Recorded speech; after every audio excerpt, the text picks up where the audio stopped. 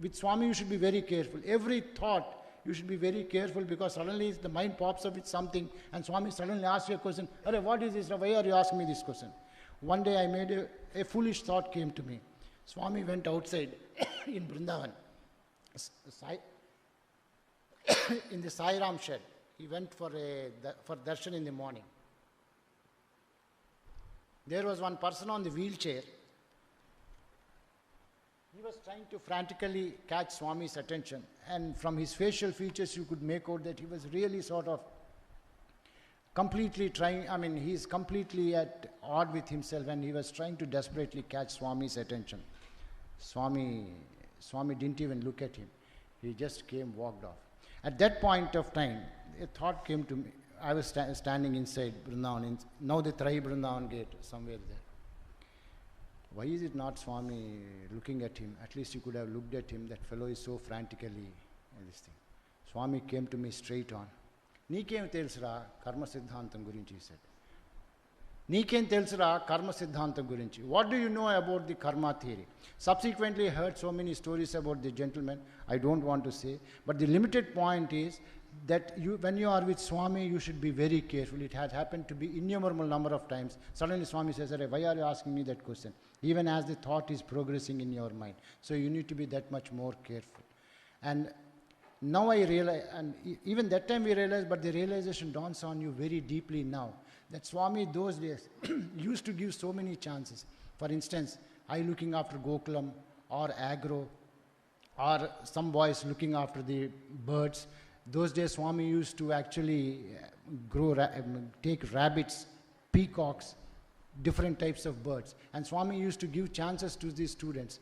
And Swami has gone on record, all these things I am doing so that I can give you chances. In Gokulam, Swami used to come day in and day out. He need not have come. It is only to give us chances to be with him that he has done what he has done. Then a couple of examples about Swami's omnipresence. One day, in fact, I think towards the later part of the talk, in case time permits, a couple of letters among the letters which Swami has written, I have put it on the display. Time permitting, I will try and tell a few things which actually Swami told, which is also used in the context of Samarpan. Later on, I will try and put it. Swami's omnipresence. One day I went from the hostel around 3:34, around 4 o'clock time, 3:45. I went from hostel to Vrindavan, in Vrindavan to the Gokulam. Those days, Vrindavan was really completely of green foliage. In fact, the beauty of Vrindavan there used to be flame of the forest trees all across. From the pathway to the main entrance of Trai, there used to be those huge flame of the forest trees, and in full bloom, it looked as if Swami was just playing hide and seek. He used to come out of that trunk and this trunk. So it used to be like idyllic Vrindavan. The Vrindavan nowadays is slightly different in that way. So I went from hostel to Gokulam. As the moment I reached, and that time Gokulam was behind Swami's Trai. Swami's Trai was not there. Swami's old palace, that was called Mohan Palace. Swami actually acquired it from a mica mine owner of Nellore, Mohan Rao. He was a great devotee of Swami. I went to Gokulam. Somebody tapped me and said, Swami is calling you. Those days, old boys may recollect. There is a door which you can enter Swami's upstairs from behind, from the backyard. There is used to be a wooden staircase. So I went up. There is an L-shaped corridor upstairs. The moment you enter, Swami is on the right-hand side, sitting in the dining hall on a swivel chair. And Swami's habit was he used to sit in such a position that he would be able to see the boys, whoever are standing there. So I went up. Swami was looking at me. I went up. Ekkadi nunchi vastunavara, he said. Where are you coming from? I said, Swami, I am coming from Gokulam. Atla kadra, not that way. Where did you come from? I said, Swami, I came from hostel. Atla kadra, ela vachavo cheppu. You explain how you have come.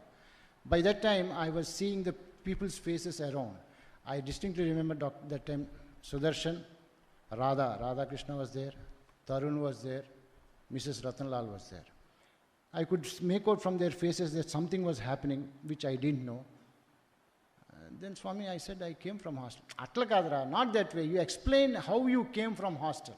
So then I explained, Swami, I came out of the hostel room, climbed down the 2 staircases, came down, came to the entrance of the hostel and went to this thing. No, akkada em chesavu nu cheppu. What have you done during that time? You tell me.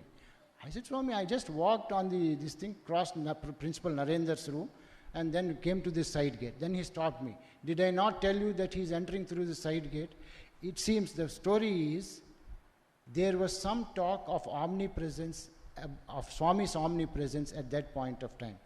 If you recall, during that time, Swami has saved one elderly couple when they were traveling in a railway compartment. Fire broke out because of a short circuit in the fan. Swami went there as an electrician and actually saved them. In that context, there was some discussion about Swami's presence. Then Swami said, it seems, Meer ila anukuntarappa, you think that Swami is in the dining hall, that he doesn't know anything. For instance, Bhaskar has just started from his hostel room. He came to the first floor, came to the second floor. He walked on the cement path. He crossed Narendra's room. In other words, Swami was giving running commentary as I was walking towards that. He has crossed the porch. He has gone past the first mango tree, second mango tree, third mango tree, entered Gokulam. You go and call that fellow. So the point which Swami proved was that he is omnipresent, that he knows everything on real time. But this is the external story. The internal story is something different.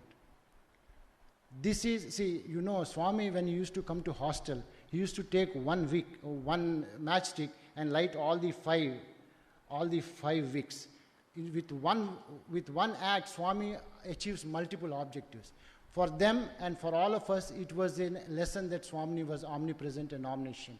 But the other lesson was, Swami asked, looking at me very lovingly, he served some tiffin and snacks and asked me to eat. And he was looking at me very intensely and very lovingly. I also didn't understand why Swami was doing the way in which he was doing. Abu bin Adam gurinchi telusra, he said. Abu bin Adam gurinchi telusa. Do you know about Abu bin Adam? Abu bin Adam is a story where he was a very pious man. He was doing the service of others very assiduously. One day an eagle came to him, shown him a golden diary and shown him a list of those people who love God. Those people who love God. And in that list it seems Abu bin Adam's name was not there. But Abu bin Adam told that this thing, please tell God that I love the fellow human beings very much. And also I love the Lord very much. Tell him that. So next day the same angel comes, shows him the list of those whom God loves. And there, in that list, Abu bin Adam was the first. Next, after he completes the story in Telugu, he tells me,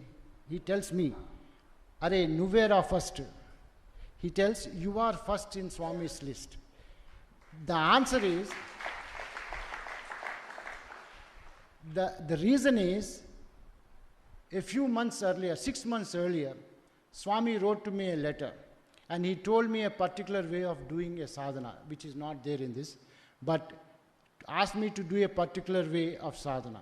And I thought that since Swami has so lovingly told me like that in a communication, in a written communication, I should do that.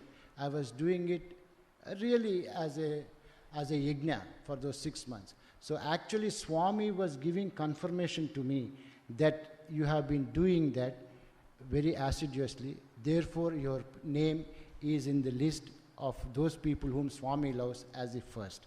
And while going out, you know, when Swami, even if he's among hundreds of people, if he wants to tell something to you, he will tell in a way which others do not understand, which others even cannot listen, and only you can listen. While going out, he went out brushing against me and said, Sadhana baga sagutundra. Sadhana is going very well. These are the words which he said. The point I am trying to prove is, this is the way Swami achieves multiple objectives by a single act of his. In that particular experience, Swami finished telling everybody that he is omniscient and omnipresent, that he knows everything on a real-time basis, and then he is also confirming to me that yes, indeed, you are doing whatever is to be done. Therefore, this is what is a confirmation which I want.